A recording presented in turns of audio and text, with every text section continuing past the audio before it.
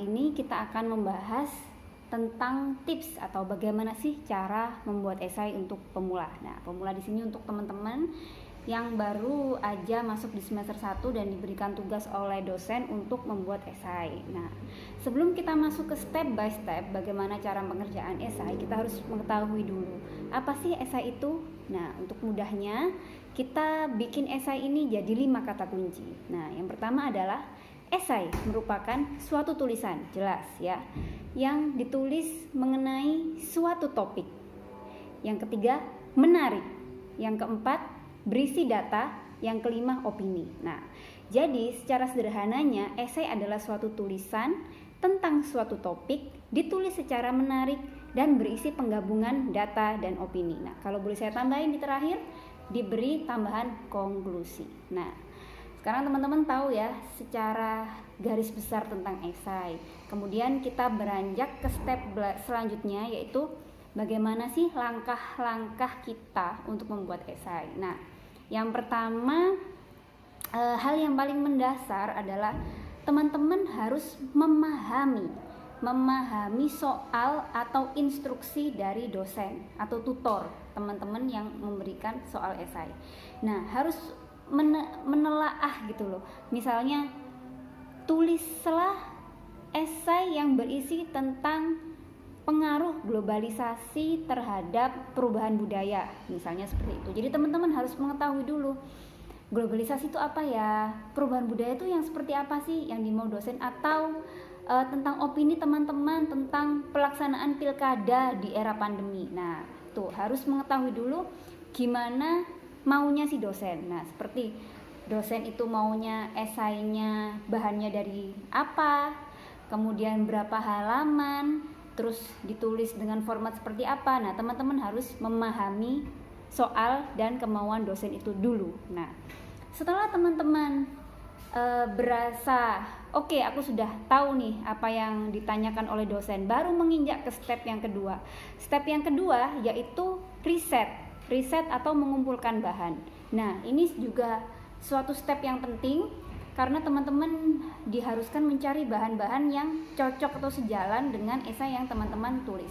Bagaikan memasak itu, ini pemilihan bahan. Kalau bahannya nggak oke, masakannya nggak jadi oke. Nah, seperti itu. Kunci dari riset adalah membaca, banyak-banyak membaca. Teman-teman yang sekarang itu banyak sekali sumber-sumber ya, nggak hanya buku-buku yang di perpus atau buku textbook.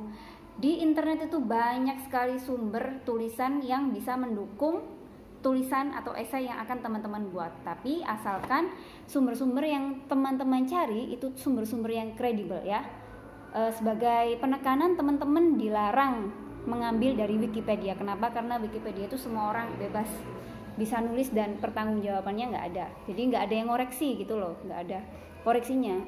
Setelah teman-teman mengumpulkan bahan dan membacanya, jadi nggak cuma dikumpulkan nih, dibaca bahan-bahan tersebut, lalu mulailah teman-teman membuat kerangka dari tulisan teman-teman atau kerangka esai. Kebetulan di sini saya sudah buat, ini ada di papan tulis nih. Nah, jadi ini adalah kerangka esainya. Nah, jadi seperti tadi saya bilang bahwa menulis esai itu bagaikan memasak. Nah, ini memasak sebuah burger atau membuat sebuah burger. Jadi dalam esai itu kerangkanya dibagi menjadi 3. Yang pertama adalah intro atau opening. Yang kedua adalah body atau isi. Yang ketiga adalah konklusi. Nah, seperti itu. Jadi bagaikan sebuah burger ya. Ini pembukaannya, ini isinya, dan ini penutupnya atau konklusinya ya. Nah, jadi di paragraf awal apa yang akan ditulis? Intro atau opening, latar belakang. Latar belakang teman-teman menulis ini gimana? Kata-kata pembuka teman-teman dalam mengawali sebuah esai seperti apa? Nah, seperti tadi tentang globalisasi mempengaruhi perubahan budaya. Nah, di sini teman-teman kasih latar belakangnya apa, atau isu pilkada yang akan dimulai atau dilaksanakan di era pandemi menuai pro kontra. Nah, misalnya gitu, itu bisa ditulis sebagai pembukaan di opening. Jadi nggak ujuk-ujuk langsung menulis isi dari soal gitu. Jadi harus ada pembukaan dulu. Nah, baru teman-teman menjawab pertanyaan atau soal dari dosen itu di body atau isi di paragraf selanjutnya. Nah, di situ teman-teman bisa memberikan penjelasan seperti pengertian dari para ahli tentang globalisasi atau tentang pelaksanaan pilkada. Nah, macam-macam. Kemudian argumen teman-teman terkait hal tersebut. Nah, di situ penting karena di paragraf ini juga berisi tentang posisi teman-teman terkait isu atau tulisan topik yang teman-teman tulis. Nah, boleh juga ditambah, nggak boleh juga, harus ada data-data pendukung, kemudian diberi contoh. Nah, misalnya kalau tentang globalisasi mempengaruhi budaya, teman-teman boleh mengambil satu contoh di mana masuknya globalisasi itu bisa merubah kebudayaan di suatu daerah. Nah, semakin spesifik dan semakin up to date atau yang kejadiannya baru-baru ini, wah itu semakin mantul alias semakin mantap betul. Nah, begitu. Jadi contoh jangan asal contoh yang udah dari beberapa puluh tahun yang lalu dipakai, oh itu mending jangan ya, harus yang up to date. Nah, itu lebih oke. Nah, setelah teman-teman menulis semua isi dari paragraf di bagian ini, teman-teman tutup dengan konklusi. Konklusi ini berisi rangkuman lah, secara sederhananya rangkuman dari apa yang teman-teman tulis dari awal sampai akhir, kemudian ditutup dengan penekanan kembali posisi teman-teman atau argumen teman-teman mengenai tulisan atau esai teman-teman, seperti itu. Dan saya tekankan sekali lagi bahwa seringkali teman-teman itu hanya memindah dari bahan-bahan yang teman-teman cari atau sumber-sumber yang teman-teman cari di internet itu hanya di copy dan di paste di Word gitu ya. Jadi sama gitu isinya alias copy paste. Nah, itu big no, nggak boleh alias haram terjadi. Jadi esai itu bukan memindah tapi menuliskan kembali apa yang sudah teman-teman baca menjadi suatu tulisan baru dengan ditambah argumen dan posisi teman-teman atau tanggapan teman-teman terkait isu tersebut. Jadi nggak hanya memindah gitu aja. Dan salah satu tips lain, membuat esai itu jangan terlalu panjang. Biasanya teman-teman kan hanya copy paste, judulnya panjang banyak banget. Wah, itu mau bikin esai atau mau bikin buku telepon, Bu? Nah, itu. Jadi semakin singkat, padat, jelas, dan to the point. Nah, itu lebih oke daripada panjang bertele-tele dan itu bukan tulisan teman-teman. Jadi mending tulisan sendiri tapi oke. Nah, itu ya yang saya tekankan untuk penulisan esai. Nah, itu tadi kan sudah step ketiga ya.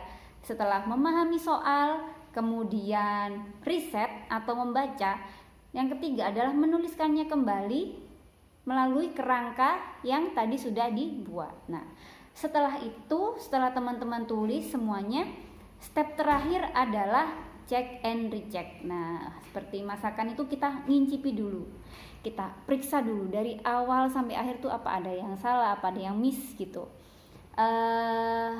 Mungkin itu aja ya step-step yang penting untuk membuat esai. Dari merancang, memilih bahan, mengetahui dulu apa nih yang mau ditulis hingga mencicipi atau proofread, membaca kembali apa yang salah. Sebagai tips lainnya, sebagai tips tambahan agar dosen itu juga mau menambah nilai, selain tips-tips tadi, yaitu perhatikan format penulisan atau kerapian ketikan. Nah, kadang saya tuh sering ngoreksi teman-teman fontnya berantakan, terus ada yang hurufnya besar, ada yang kecil, terus EYD-nya nulis di mana itu disambung, lalu dimakan itu dipisah. Nah, itu harus mengetahui bagaimana cara penulisan bahasa Indonesia yang baik dan benar. Terus ukuran font, pemilihan font, spasi, terus ada rata kanan kiri tuh biasanya. Itu pakai itu biar ketika membaca itu dosen tuh seneng gitu lihat tulisan rapi. Ada yang berantakan, maju mundur ketikannya, wah hindari itu. Jadi usahakan ketikannya rapi, indah. Jadi first impression dosen ketika atau tutor ketika ngoreksi, wah ini seneng nih saya mau baca. Nah, kalau udah dari awal tampilannya berantakan, wah itu dosen sudah turun moodnya untuk ngoreksi. Seperti itu ya. Mungkin itu aja tips-tipsnya dari saya. Kalau teman-teman bisa cari referensi lain silahkan. Bagaimana tips-tips mencari membuat esai yang benar. Kalau ada salah-salah kata mohon maaf. Kita sama-sama belajar ya di sini. Good luck, semoga kedepannya bisa mengerjakan esai lebih baik lagi. Oke, terima kasih sudah menyimak video kali ini. Assalamualaikum warahmatullahi wabarakatuh.